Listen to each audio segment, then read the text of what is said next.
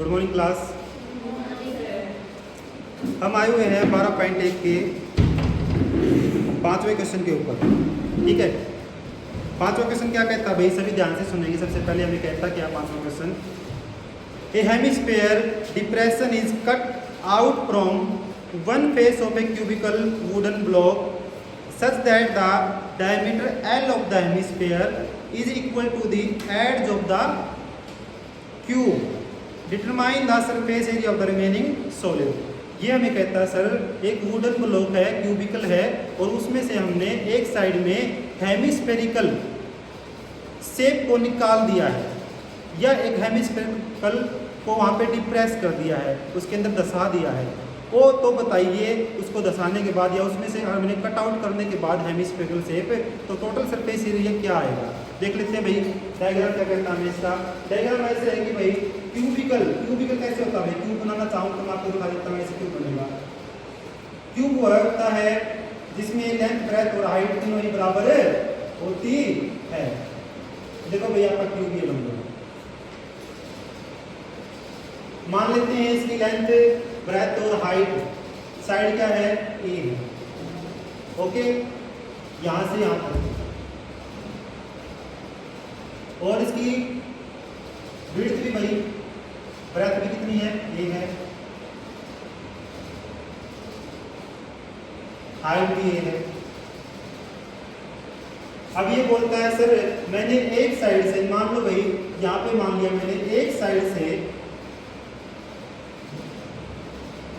एक hemispherical cut किया है अंदर की तरफ, और जो हेमिस्फेरिकल हमने जो कट किया है उसकी जो डायमीटर है वो equal to length of cube के है। तो कैसे भाई, मान लो मैंने ए लेंथ ली थी क्यूब की, तो इसका डायमीटर कितना होगा ए, यस या नो। अब ये बताना है सर कि ये हेमिस्फीयर हमने इसमें जो काट लिया है तो इसका टोटल सरफेस एरिया निकालो। सरफेस एरिया होता है बेटा जो आउटर साइड में होता है, हम किसी चीज़ को ढकना चाहे या उसके सरफेस के टोटल को, हर एक सरफेस के एरिया को निकाल ले टोटल कर देते तो टोटल सरफेस एरिया आता है। तो हमारे यहाँ पर देखते हैं कितने सरफेस हमें मिलते हैं। इसका देखो भाई हमें गिवन क्या, सबसे पहले हम गिवन लिखेंगे। गिवन इसके अंदर हमें क्या है कि लेट कर लेते हैं, लेट दे कुछ नहीं रखा हमने, मान लेते हैं let the side of cubical block कितनी है भाई ए, ओके है। डायामीटर ऑफ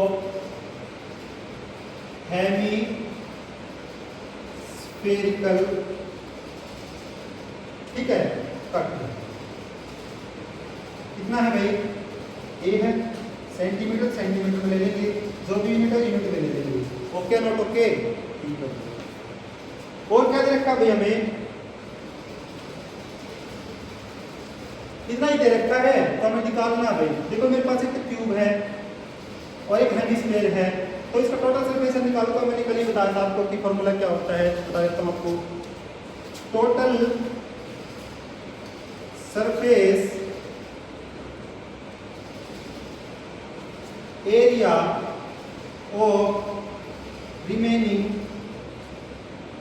सॉलिड, जो बचा हुआ सॉलिड है उसका टोटल सरफेस एरिया निकालना है। तो सबसे पहले मेरे पास एक क्यूब है, तो क्यूब का एरिया क्या हुआ, सरफेस एरिया। क्यूब का सरफेस एरिया हुआ सर 6, लिख लेता हूँ क्या हुआ total surface area of cube plus में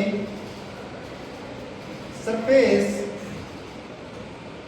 एरिया ऑफ हेमिस्फीयर माइनस में surface area of base of hemisphere. क्योंकि अभी देखो टोटल सरफेस एरिया मैं निकाल लिया भाई। अब इसमें से मैंने क्या ऐड कर दिया, सर मेरे पास हेमिस्फीयर और है, हेमिस्फीयर भी ऐड कर दिया।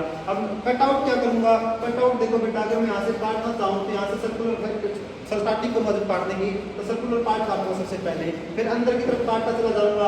बट यहाँ देखोगे अंदर का सरफेस एरिया बनेगा, बट जो यहाँ का सरफेस एरिया था तो कट आउट हो गया, तो इसको हम रिमेनिंग कर देंगे, रिमेनिंग का मतलब डिलेक्ट कर देंगे, बट ये बाकी बचा होगा ये सरफेस, ये भी हमें ऐड करना पड़ेगा। तो हम निकाल लेते हैं टोटल सरफेस एरिया क्यूब क्या होता है 6 इंटू में a स्क्वायर, बिकॉज 6 हमारी फेस होती है और एक फेस का ये करता है a स्क्वायर, प्लस में surface area of hemisphere. Hemisphere का देखो भाई, हेमिस्फीयर का एरिया होता है 4 पाई r स्क्वायर, बट हमें निकालना है हेमिस्फीयर का, तो ये स्फीयर का होता है, सॉरी स्फीयर का होता है 4 पाई r स्क्वायर, तो हेमिस्फीयर का होता है बेटा इसका आधा 2 पाई r स्क्वायर, तो मैं लिख देता हूं कितना 2 पाई r स्क्वायर। ओके है, प्लस माइनस क्या करेंगे पाई r स्क्वायर, क्यों करेंगे भाई surface area of base of hemisphere, base कैसा है सर्कुलर है और सर्कल का एरिया कहता है पाई r स्क्वायर होता है। अब देख लेते हैं भाई सर मुझे ये तो पता चल गया इतना ही आएगा, बट यहाँ r का मान कुछ ना कुछ रखेंगे, मेरे पास तो क्या है डायमीटर ऑफ हेमिस्फीयर है, तो रेडियस क्या होगी यहाँ से, रेडियस निकालने में रेडियस क्या होगी हम लिखते हैं रेडियस क्या होती है भाई डायमीटर की हाफ, तो क्या हुआ a बाई में 2, तो हम लिख लेते हैं यहाँ पे सारी वैल्यू कर देते हैं 6 इंटू में a स्क्वायर प्लस में पहली बात 2 पाई r स्क्वायर में से पाई r स्क्वायर जाएगा कितना बचेगा पाई r स्क्वायर। ओके है, अब लिख लेते हैं 6a स्क्वायर प्लस में पाई r का मान क्या है a बाई 2 का स्क्वायर। अब देखो कर लेते हैं आगे भाई 6a स्क्वायर प्लस में पाई a का a स्क्वायर, नीचे क्या आएगा 2 का स्क्वायर करेंगे कितना आएगा भाई 4। अब कॉमन देते हैं, कॉमन क्या आता है इसके अंदर से, मेरे को लग रहा है सर यहाँ से a स्क्वायर है, यहाँ से भी a स्क्वायर कॉमन लेता हूँ a स्क्वायर, अंदर बचा है मेरे पास 6 प्लस में पाई बाई 4। इतना भी आंसर छोड़ सकते हो आप, अगर आपको एलसीएम लेना है आगे एलसीएम लेके छोड़ सकते हो, कैसे सर a स्क्वायर इंटू में एलसीएम लूंगा नीचे 4 आएगा 6 24 प्लस में पाई, हमने सेंटीमीटर में लिया था तो सेंटीमीटर स्क्वायर में आ जाएगा। अब कुछ भी यूनिट इधर की तो सिंपल यूनिट लिख देते हैं, यूनिट यहाँ पे ले लेंगे यूनिट